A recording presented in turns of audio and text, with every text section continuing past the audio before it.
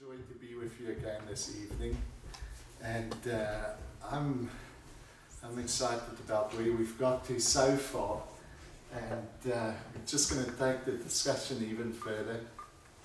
We have so many belief systems that I think has become part of our thinking just unconsciously in the society, the culture, or that we grow up with, and sometimes it's good to go and look at where is the history of this thought, and what's the implications of thinking and believing certain things. And so I want to tonight look at the whole idea of what we've called atonement.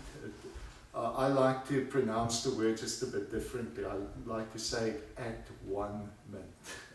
And basically what it means is, how does God make us one with Him again? And obviously if we are being made one, then it implies that there was at some stage, for some reason, some kind of separation.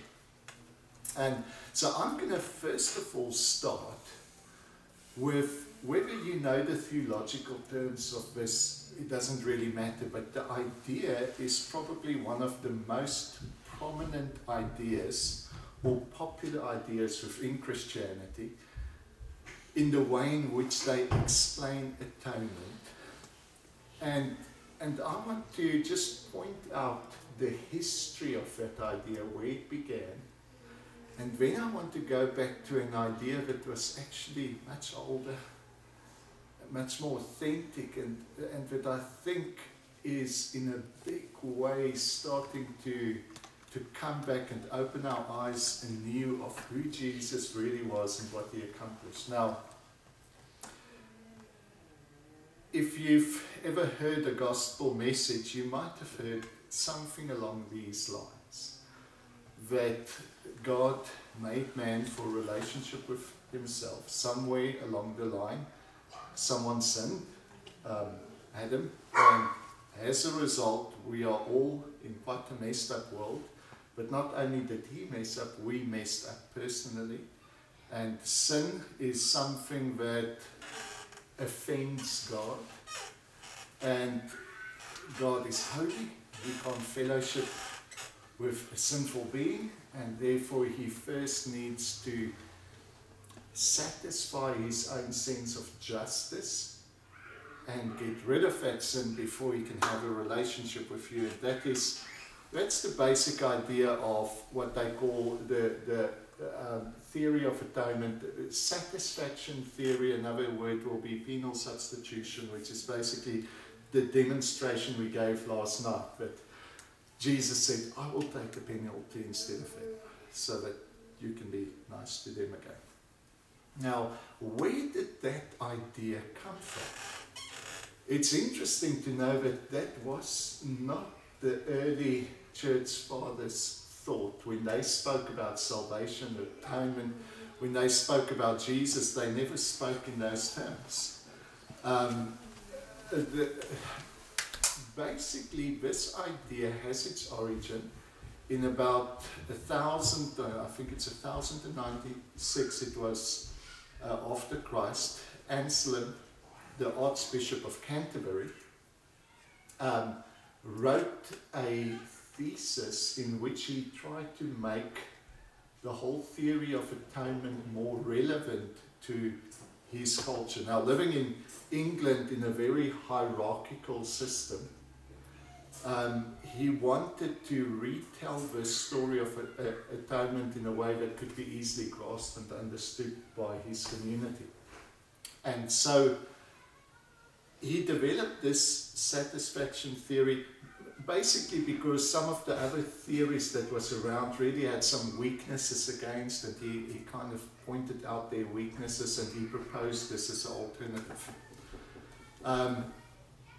So you can imagine, and I think somebody's going to miss the very heart of what I'm trying to say if I carry on now with this. Let me tell a joke in between. And, well, I can do another shameless plug. Okay, there we go. On iTunes, you'll also find teachings by Andre and Mary-Anne Rabe for free. Yeah. For free. People are only willing to pay for Mary-Anne's music. Hello. Hello, beautiful.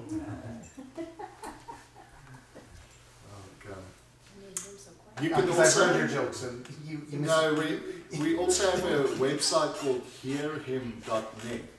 And on there's a lot of audios. It's unfortunately not on iTunes yet, and links to videos and resources and things that's available freely. So, Anselm, you can imagine living in this very hierarchical society in England, how justice worked in that situation. For instance, if two peasants had a fight in that system, and he knocks my tooth out, which should be quite easy at the moment, and we go to our landlord or whoever has got authority over us, and we say, we want justice. The kind of justice that he would give is probably, okay, you can knock his tooth out as well, and then all things are fair and square. Eye for eye, tooth for tooth, that's justice. But if I knocked out the tooth of my landlord, who's on a much higher social level than me, justice was very different. Okay, so justice in that society worked differently from how it works today. First of all, so help me imagine this situation.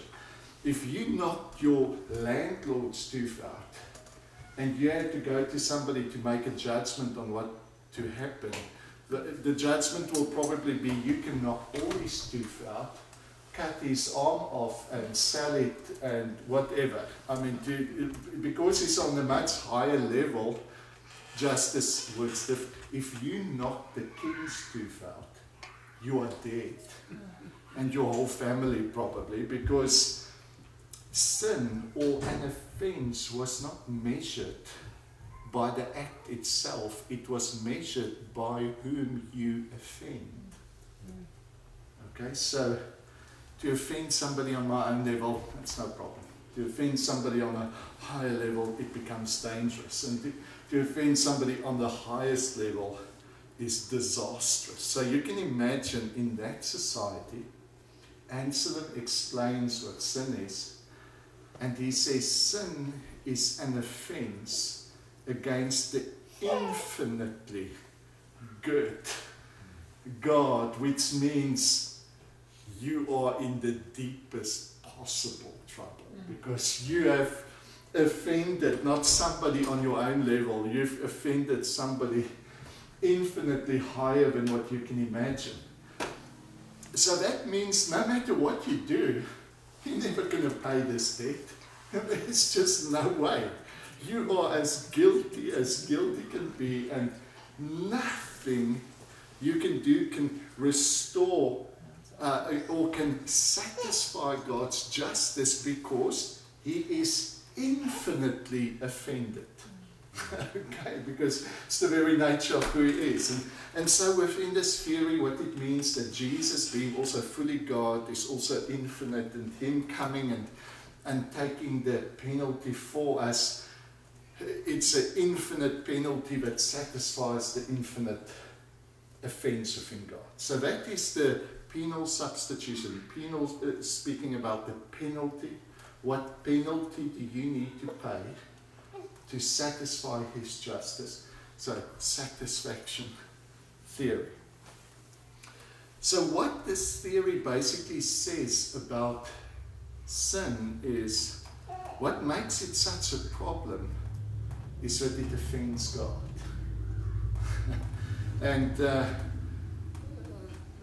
And that's why we had that picture of Jesus coming, and the basic message in that is He comes to save us from the Father, which is a horrific picture of who God is. And this is not where the idea of salvation developed from in the first 200-300 years of Christianity, what people were obsessed with is this one question: who is this person, Jesus?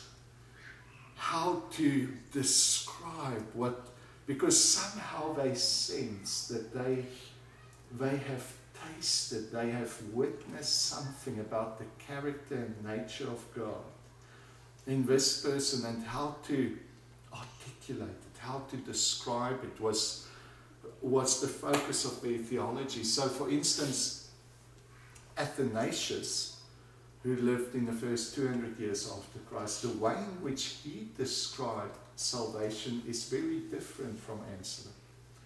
He said it this way: whatever God wants to save, he becomes. And whatever he assumes, he heals.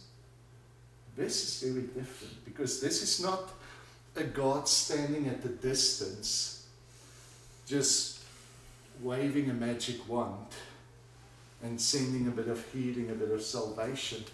No, this God, the way in which he heals your wounds is by taking your wounds into himself. The way in which he makes you innocent is by becoming sinful flesh. The way in which he elevates you to heaven is by entering your hell.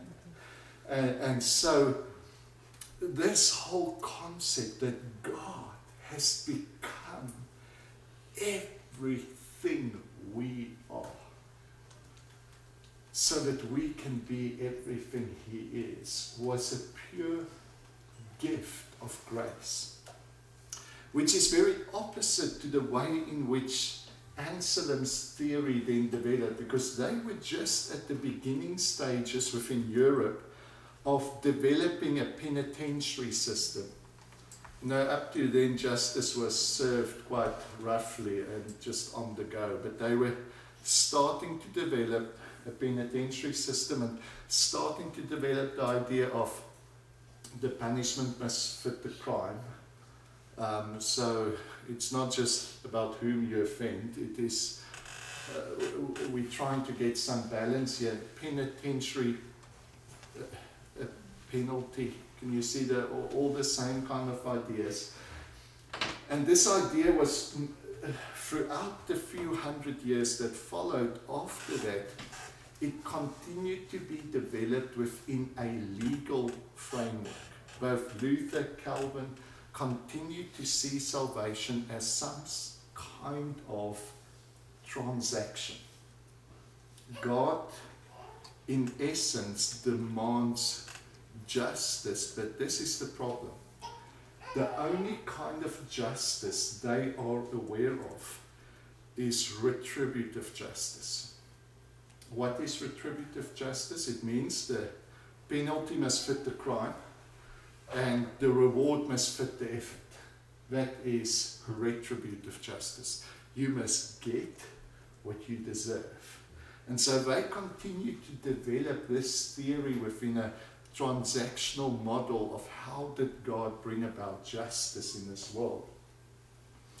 Now the amazing thing of what Athanasius and the first church fathers saw is that it is this very system of retributive justice that God comes to bring to an end. Oh, wonder where to go first. Let's carry on this retributive justice thing, because you know, the law that would come and give us a standard to live up to. And if we reach it, we feel like we're close to God. And if we break it, we feel distance. And that means that the law never fully satisfied, because if we kept the law, what happened? We felt rather self-righteous. And if we broke the law, what happened? We felt condemned. And neither one of those conditions brings us any closer to God. Whether it's self-righteousness or self-condemnation, it's not what God purposed. And so Paul tells us in Romans 7 that the very law that was supposed to bring life brought death. Why? Because the problem is not just conduct. The problem is desire. And what does the law do? Whenever something is prohibited, it stirs up more desire. That's why the law was so weak. Because it comes with the purpose of, I want to keep you from doing things that will harm the society and harm you. But by the very act of prohibition, of saying you can't. For instance, no one should, in the following few minutes, think of a black and white cow dancing on its behind legs with a bell around its neck. Please don't do it. Okay, so you can see what the law does. The very thing it says, don't, your imagination goes and says, why not? That sounds fun. We're not made for these limitations. We want to imagine what it's like. And so Paul in Romans 7 starts telling us that the very reason that the law that was supposed to bring life brought death is because the problem is much deeper than conduct. The problem is much deeper than just even the wrong philosophy or willpower. It's something else that went wrong. So if I go back to Anselm then, in his idea not Anselm, Athanasius, the early church father, their idea of salvation was very different. So if God can only heal what he assumes, it means that he needs to become everything you are in order to embrace you to himself. And this is the beauty of the incarnation, that God lays aside all these divine privileges, all the divine omniscience, omnipresence, omnipotence. He willingly subjects himself to every human limitation. I mean, when Jesus speaks in Matthew 6 and he says, do not worry about your life, what you will eat, what you will drink, what you will wear. It's not because he had some broadband connection to heavenly poetry and that every moment he wanted to, you can just pull up a nice poem to bless the people listening to him. It's because Jesus, as fully human, had every opportunity that we have to be anxious and to worry. I mean, as the tradition goes, he was probably in the family business of carpentry. Maybe he just finished one job and he realized, I don't know where the next job's coming from, because and carpenters would often travel in those days, because in small towns there's only so many tables and chairs to be made. Then you travel to where a boat is built or where something else needs to be done. And so maybe on one of those travels, as he started chatting to his papa, because he was not omniscient, he had to access the mind of his father. Being fully human, he had to access the mind of his father through conversation, or what we call prayer. And so maybe in one of these conversations he says, Papa, I don't know where the next work's going to come from. And I just have enough finances for one more night at the inn. And maybe it's in one of those conversations that his father starts making him aware and says, hey, look at the birds. They don't even put their trust in the principle of sowing and reaping. They don't sow, neither do they reap. Yet they are valuable to me and I care for them. Of how much more value are you? Look at those flowers. I mean, half of the wildflowers, nobody even stops to appreciate what it is. They just sprout up and die. But look at the attention. I dress them better than what I dressed Solomon. much more value are you? And so Jesus, as fully human, having every opportunity to be anxious and to fear, accesses the heart and the mind of his Father. He enters our mundane human life, but he discovers the extraordinary beauty of a Father that's involved in birds and flowers and all those things. In John 11, I just want to demonstrate that Jesus was fully human. Now, in John 11, when a friend dies, he doesn't just observe Mary and Martha crying. He weeps with them. He was deeply touched. He doesn't come there with full knowledge of, I'm going to just perform a miracle. He is touched by our feelings, by the things that touches us. This is God experiencing and demonstrating to us, I know what it's like to be human. Ultimately, on that cross, when he cries out, my God, why have you forsaken me? Now, again, in Anselm's interpretation of that scene, he would say, this is the part where God the Father says, I'm too holy to look on sin, so cheerio mate, you're on your own, I'm going somewhere else.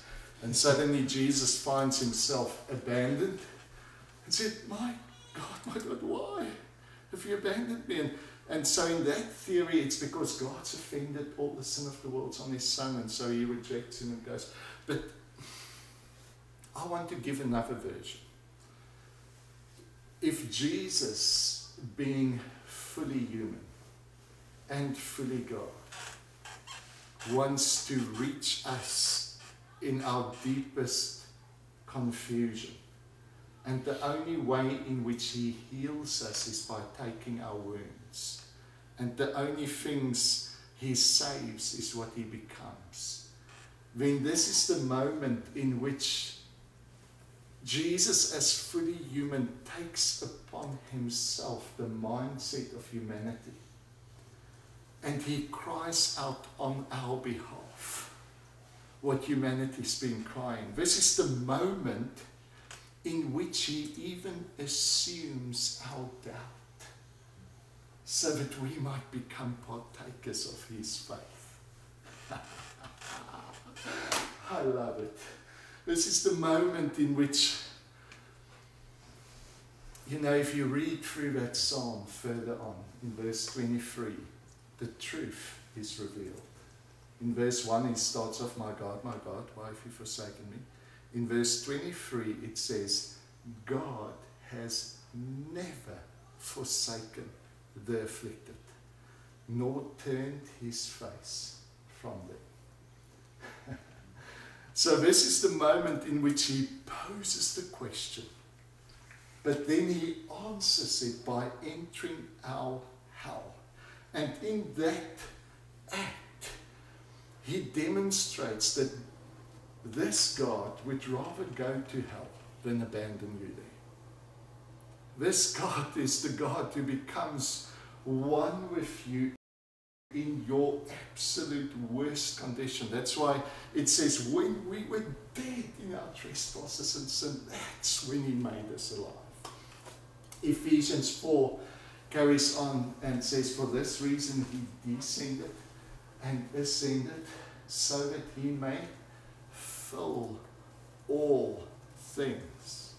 Now, in our Western way of thinking, in our logical understanding of three-dimensional space and time, what we often thought that meant is that 2,000 years ago, Jesus went to a place called hell. He did whatever he needed to do. Then he went, and now he's in heaven, and he's kind of waiting for the next chapter to unfold, to decide what he's doing next. But that's not what that scripture says. It says, for this reason he descended and ascended, that he may fill all things. So on the basis of that, I can say God is still in hell.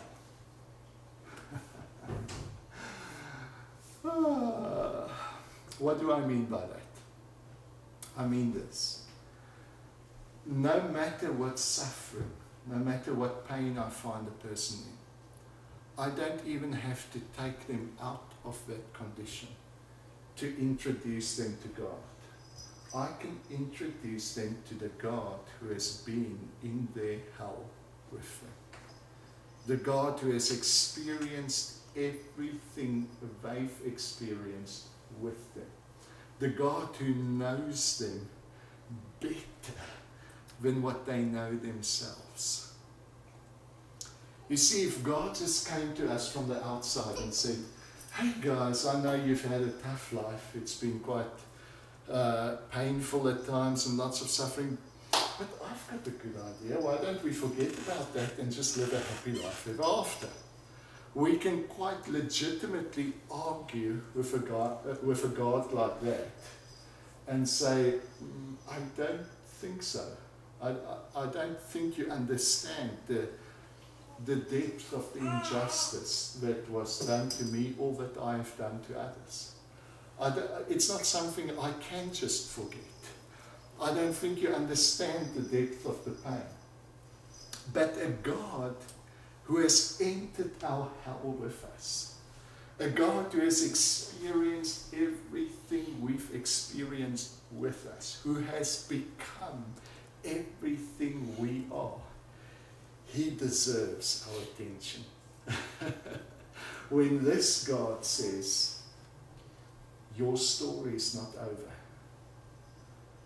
When this God says, I have new possibilities for life, for you.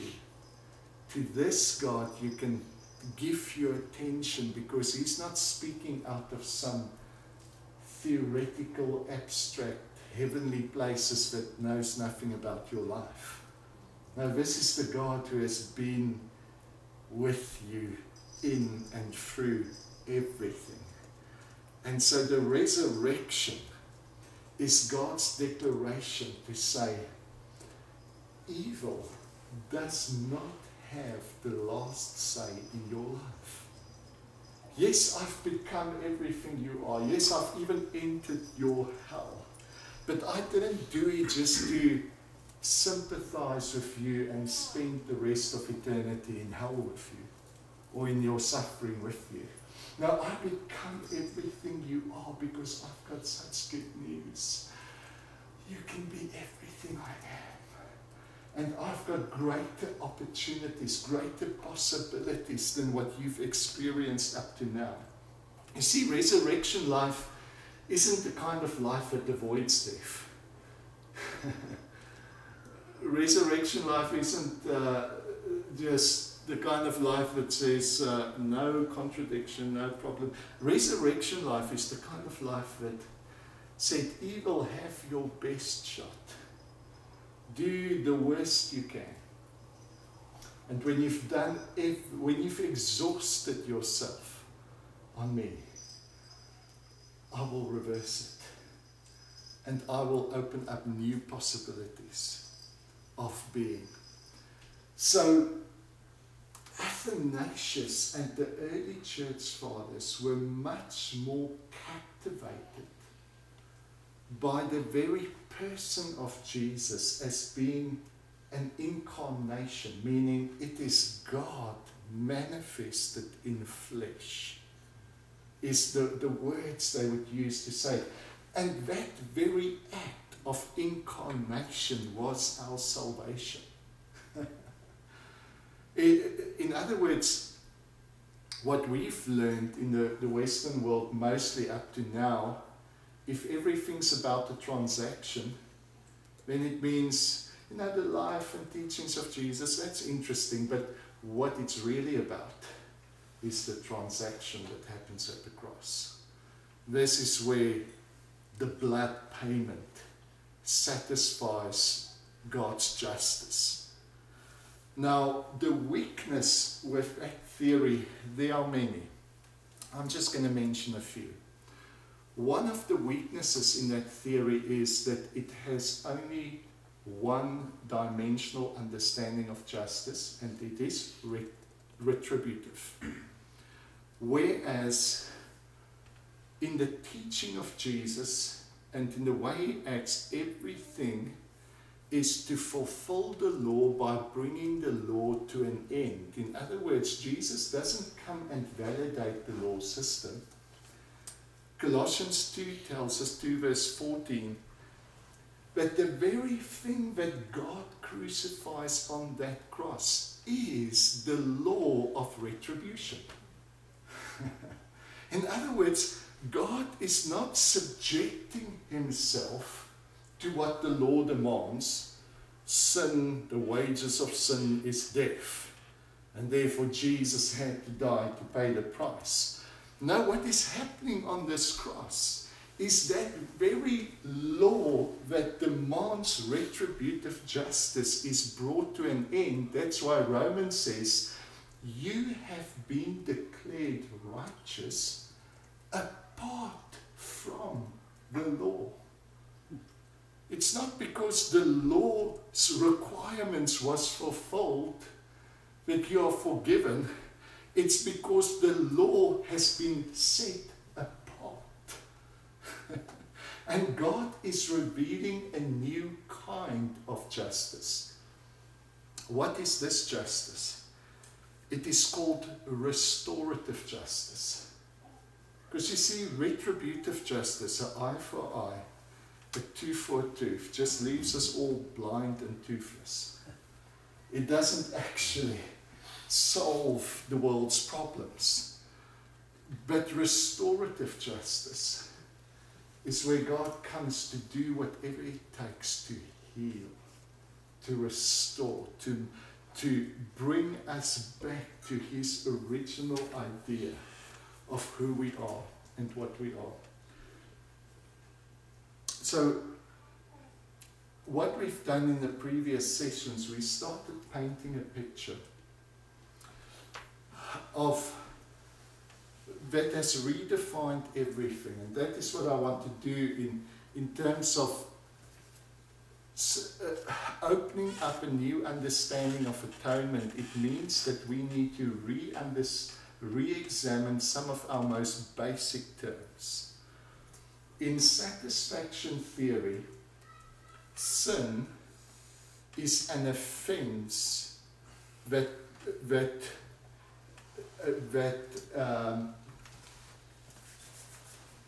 puts the balances out of scale within God. Sin is something that causes offense within God, and justice is retributive.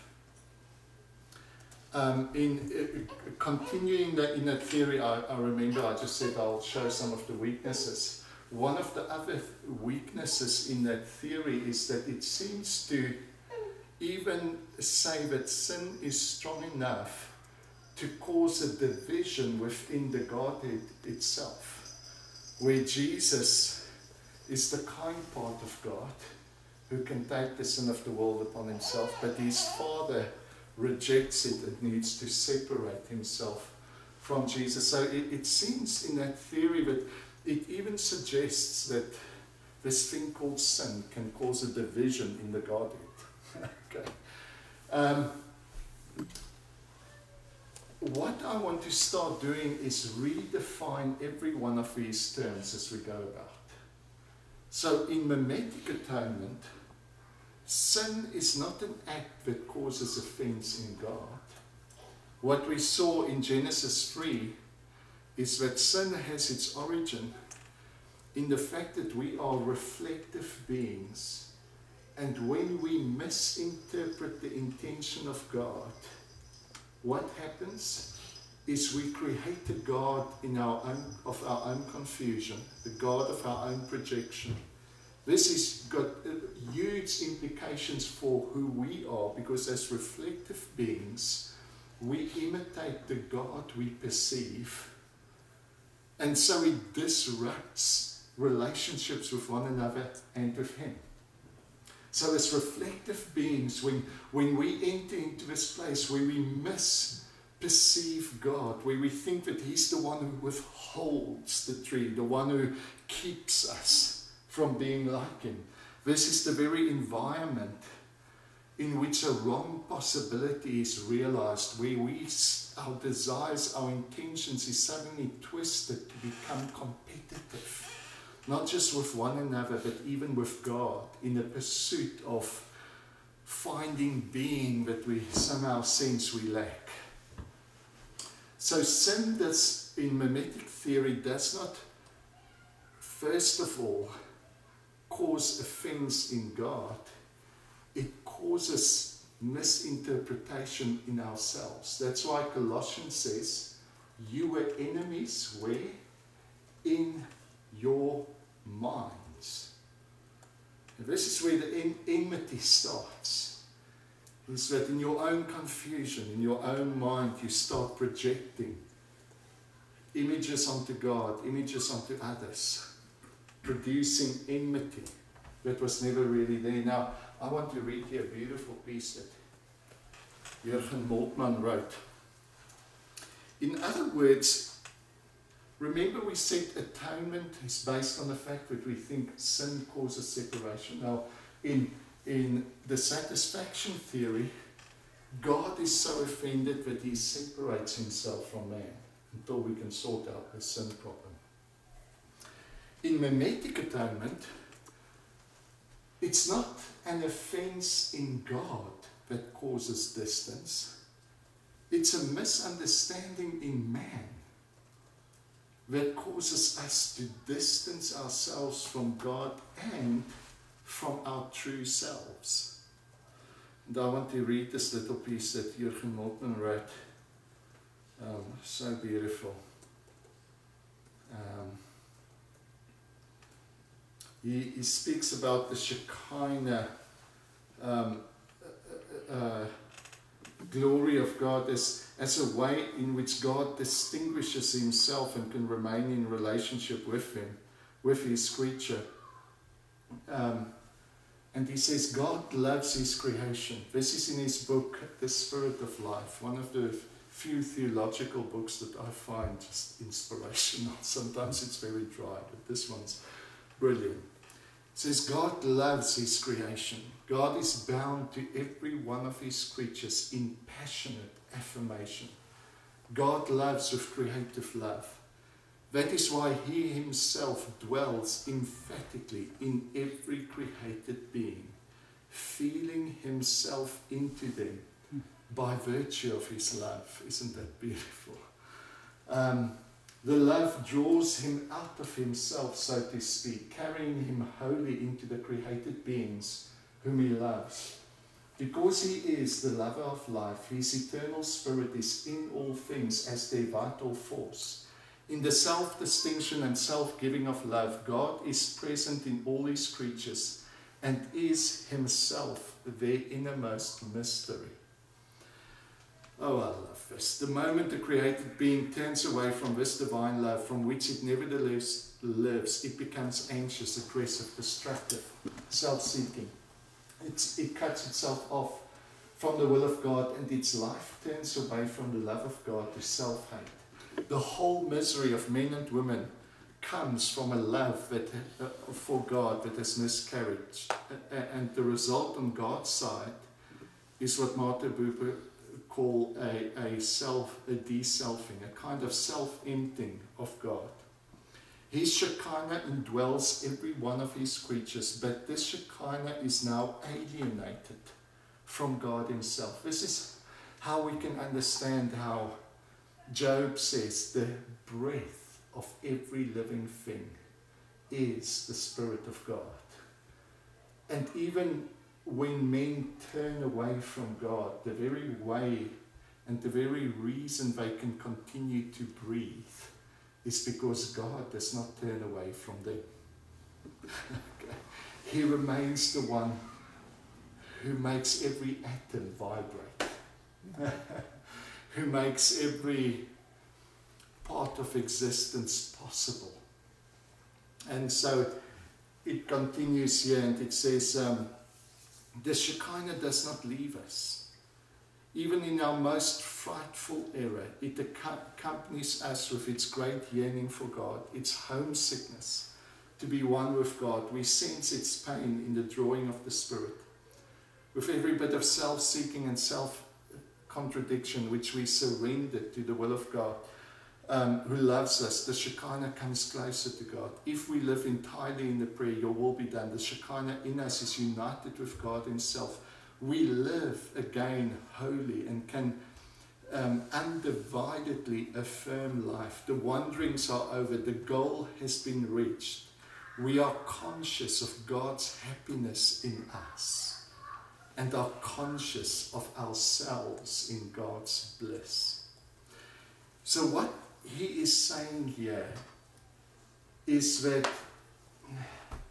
whatever you perceive to be the sin of humanity, whatever you perceive the separation is between man and God, is not a separation initiated or established by God, but a separation that we've allowed through our own reflective capability as we misunderstood God and we turn away from the true God to our own projections of who God is.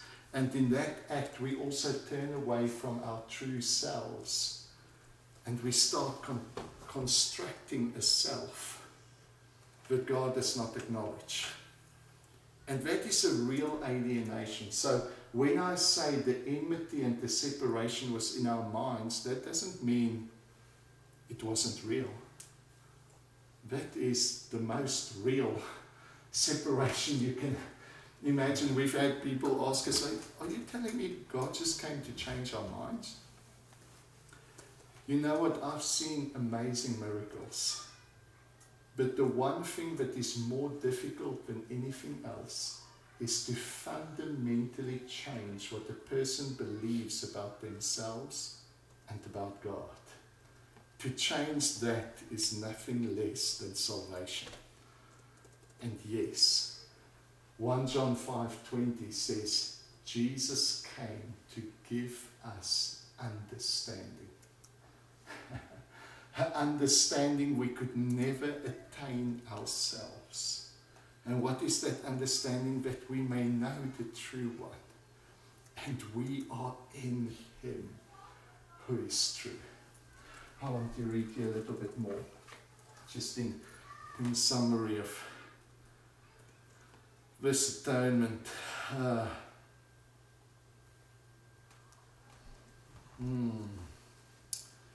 So, what did Jesus' death and resurrection accomplish? You see, if the source of broken relationship was an offended God, then punishment equal to the offense would seem like the most and the best solution to the problem. However, we have identified many contradictions with the penal substitution view. I haven't even identified half of them yet tonight.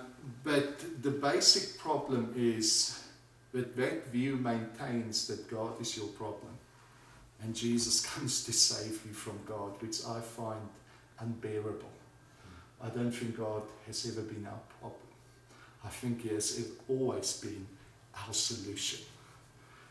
God wasn't just an angry judge who couldn't get over your sin. He has always been a loving father who couldn't get over his children.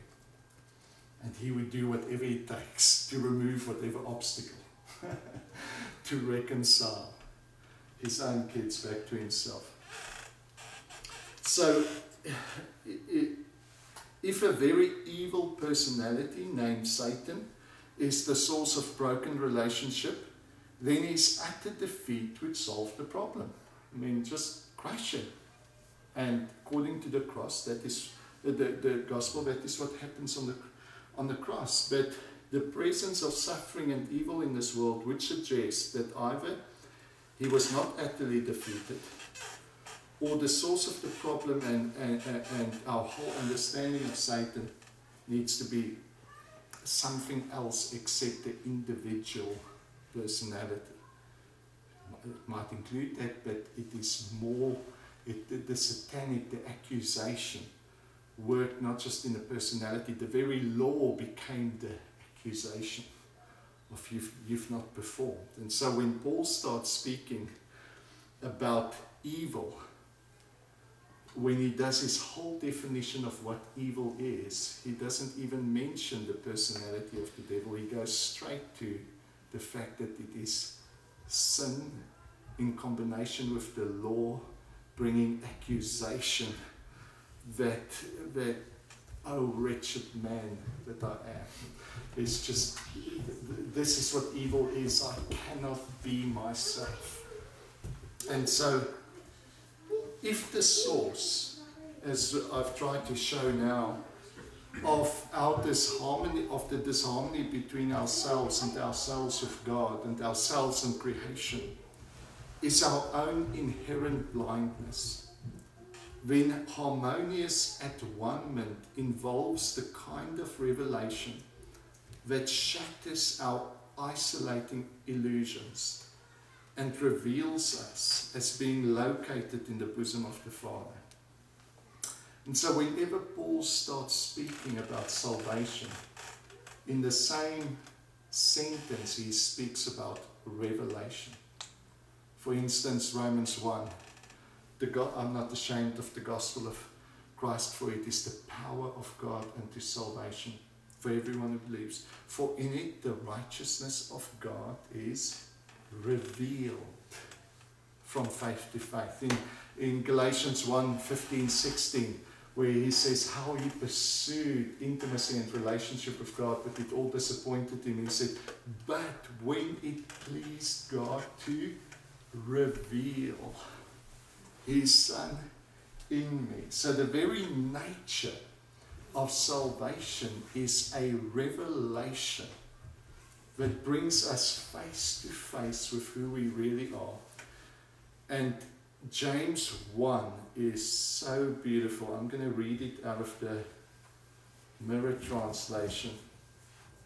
Let's see. I'm just trying to get there. Because, okay, let me just get it. And I love the Mirror translation in this case. It is such a beautifully poetic translation of this piece. It says, give the word your undivided attention. Do not underestimate yourself. Make the calculation. There can only be one logical conclusion. Your authentic origin is mirrored in this word. What's for me so beautiful, the normal translation just says, whenever a man hears this word, he sees the face of his genesis, his beginning, his birth, as in a mirror. So this is from 22 to 25, you'll find it in there somewhere. So, you are God's poem. Did I read this to you yesterday? It feels so familiar, I read it so often. You are God's poem. Let his voice make poetry of your life. The difference between a mere spectator and a participator is that both of them hears the same voice and perceive in its message the face of their own genesis reflected as in a mirror. They realize that they are looking at themselves, but for one it seems just too good to be true, and he departs, never giving another thought to the man he saw there in the mirror. The other one is mesmerized by what he sees. He is captivated by the effect of a law that frees man from the obligation to the old written code that restricted him to his own efforts and willpower. No distraction or contradiction can dim the impact of what he sees in the mirror concerning the law of perfect liberty that now frees him to get on with the act of living this life. Isn't that beautiful? The gospel comes to confront us with what God believes concerning you. This is what Paul says, it is in it the righteousness of God is revealed from faith to faith. Hebrews 12 verse 2, he is the author of faith. In other words, faith is not something you just work up yourself. Faith is something that happens to you. When in this gospel, God confronts you with the reality of you are loved. You are valuable. I don't care what experiences you've had. You know what I mean by I don't care. I mean, he cared so much, he entered those experiences with you. But independent of what experiences you've had that told you you are not loved or you are not valuable, the fact that I've suffered with you is what communicates to you the fact that I have valued you so much that I would rather experience the consequences of your sin with you than abandon you. In other words, in this understanding of atonement, sin might separate us in our appreciation of God, but God remains so committed to us that he experiences the consequences of our sin with us. Wow. That's amazing. That means he has never abandoned the afflicted, nor has he turned his face from us. And so what is atonement? It means that he has come to demonstrate to what extent he is one with us. And now through the declaration of the gospel, he appeals to us to say there is a life of infinite possibility available to you.